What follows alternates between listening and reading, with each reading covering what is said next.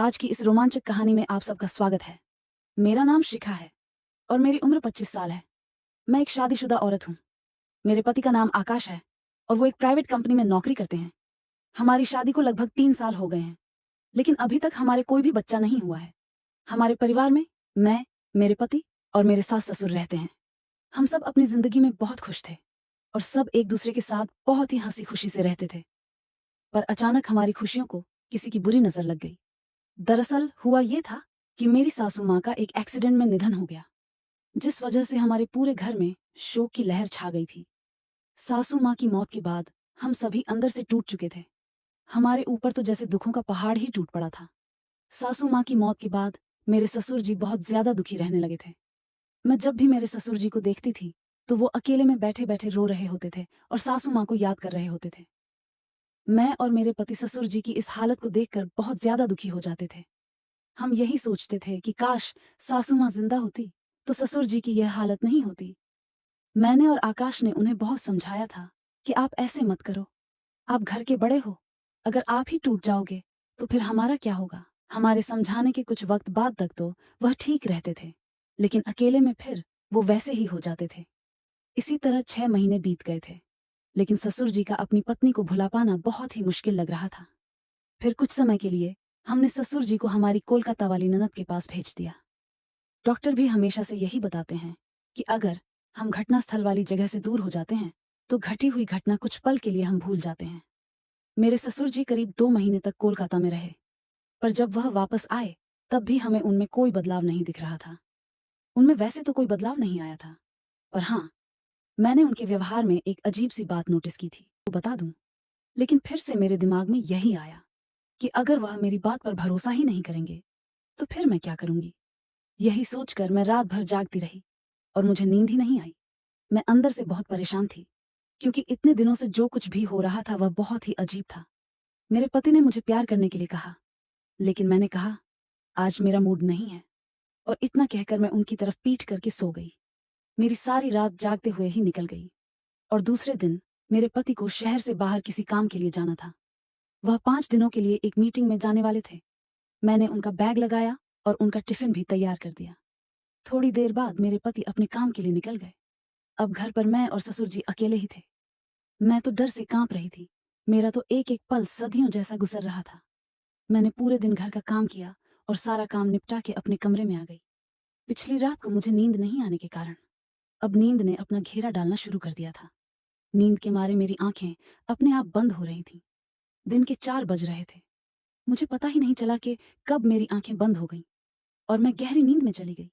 मैं वैसे तो साड़ी ही पहनती हूँ, लेकिन कुछ दिनों से ज्यादा गर्मी होने के कारण मैं सलवार कमीज ही पहन रही थी। मेरा पूरा शरीर पसीने से भीगा हुआ था और मैं अपने कमरे में आकर पंखे के नीचे लेटी हुई थी। करीब 1 घंटे बाद मैंने महसूस किया कि कोई मुझे अजीब तरह से हाथ लगा रहा है। पहले तो मुझे लगा कि शायद मैं सपना देख रही हूँ और सपने में मैं अपने पति के साथ हूँ, लेकिन फिर मैं एकदम से हड़बड़ाहट में उठी और अपने कपड़े ठीक करने लगी। मैंने देखा कि मेरे ससुर जी मेरे बगल में बैठे हुए हैं। मैं उन्हें देखकर चौंक गई। मैंने उनसे पूछा, क्या हुआ बाबूजी, आपको मुझसे कोई काम था क्या? ससुर जी बोले, बहू, मेरा चाय पीने का मन कर रहा है।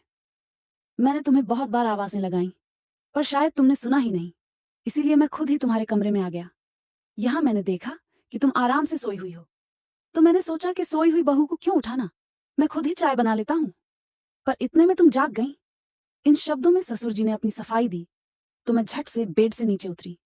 मेरा दिल जोर जोर से धड़क रहा था। मैंने अपनी चुनरी अपने सिर पर लेकर कहा, बाबूजी, आप अपने कमरे में जाइए, मैं वहीं पर चाय लेकर आती हूँ। मेरा इतना कहने भर से उनका दिल टूट गया था। फिर वह अपने कमरे में चले गए।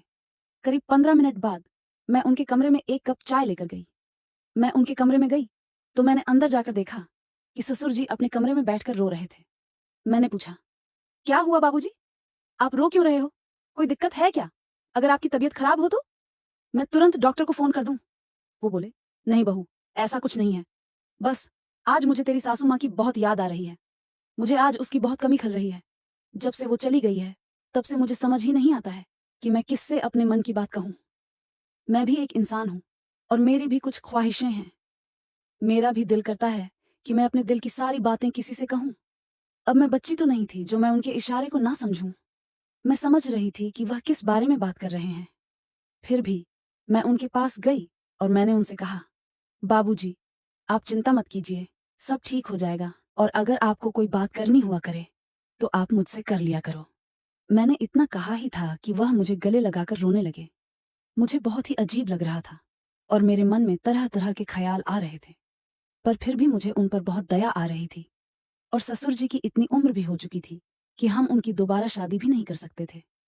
अगर हम उनकी दूसरी शादी कर भी देंगे तो हम किसी को मुंह दिखाने के लायक भी नहीं रहेंगे, हमें समाज से बर्खास्त कर दिया जाएगा। इससे तो बेहतर यही है कि घर पर ही इस समस्या का कोई हल निकाला जाए।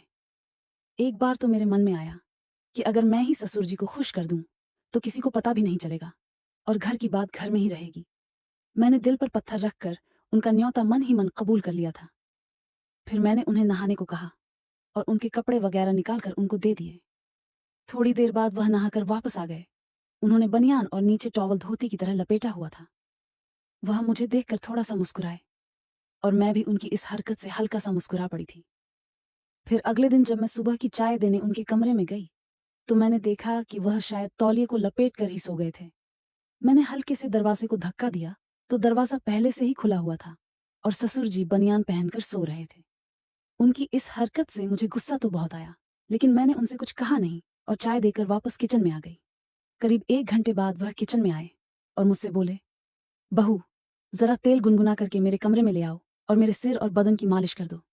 इस बार मुझे उनकी खराब नीयत पहले ही पता चल गई थी, पर मेरे पास कोई सबूत नहीं था। थोड़ी देर बाद मैं एक कटोरी में तेल गर्म करके उनके कमरे में ले गई और उन्हें बोला, बाबूजी, यह तेल लीजिए और आप खुद ही लगा लो। मुझे आज बहुत सारा काम करना है और बहुत सारे कपड़े भी धोने हैं। वो बोले, बहू, सिर पर तो मैं खुद ही लगा लूंगा, लेकिन पीठ पर मेरा हाथ नहीं पहुंचेगा, इसलिए पीठ की मालिश तुम ही कर दो। इतना बोलकर वह अपने बेड पर पीठ के बल लेट गए। मुझे आज सुबह से ही उन पर बहुत गुस्सा था। कर दो। मैं ना चाहते हुए भी उनकी हर बात मानती जा रही थी और अपने दोनों हाथों से उनकी मालिश कर रही थी। मैं यही सोच रही थी कि काश आज सासू माँ जिंदा होती तो मुझे यह सब नहीं करना पड़ता। मेरा इन 6 दिनों में आकाश के बिना इतना बुरा हाल हो गया है, तो ससुर जी सासू माँ के बिना कैसे रहते होंगे। मैं इसी सोच में इतनी डूबी हुई थी और सब कुछ वहीं छोड़कर अंदर भाग आई थी। थोड़ी देर बाद ससुर जी भी मेरे कमरे में आ गए और बोले, क्या हुआ बहू, तुम सब कुछ छोड़कर यहाँ क्यों चली आई? क्या तुम्हें आकाश की याद आ रही है? क्या तुम्हारा उसके बिना दिल नहीं लग रहा है? तुम मुझे बताओ कि तुम्हें क्या परेशानी है। तुम्हें जिस चीज की भी कमी होगी वह मैं तुरंत पूरी कर दूंगा। मैं तुम्हें अपनी बेटी ही मानता हूँ और मैं तुमसे अपनी बेटियों की तरह ही प्यार करता हूँ। मैं ऐसा कभी नहीं चाहूंगा कि तुम किसी भी तरीके से दुखी रहो। आखिर तुम भी मेरी लाडली बेटी हो। मैं उनके पैरों में गिर गई। मैंने कहा, ससुर जी, मैंने आपको बहुत गलत समझा, मुझे माफ कर दीजिए। मैं इतने दिनों से यही सोच रही थी कि आप मुझ पर बुरी नजर रख रहे हो और इसीलिए मैं आपसे दूरी बना रही थी। पर अब मैं समझ पा रही हूँ कि जब आकाश को गए 5 दिन ही हुए हैं और मैं उसके बिना इतना परेशान हो चुकी हूँ, तो सासू माँ को मरे हुए तो बहुत समय हो चुका है। अगर मैंने आपका दिल दुखाया हो तो आप मुझे माफ कर दीजिए। अब से मैं आपकी हर तरह से देखभाल करूंगा और आपकी बेटी बनकर रहूंगी। कमेंट करके जरूर बताइएगा कि आपको ये कहानी कैसी लगी। अगर आपको ये कहानी पसंद आई हो तो इसे लाइक करें और अपने दोस्तों के साथ भी शेयर करें। आगे भी ऐसी रोमांचक कहानियों के लिए हमारे चैनल को सब्सक्राइब करें और बेल आइकन दबाना ना भूलें। सब अपना और अपने परिवार का ख्याल रखना। Thank you.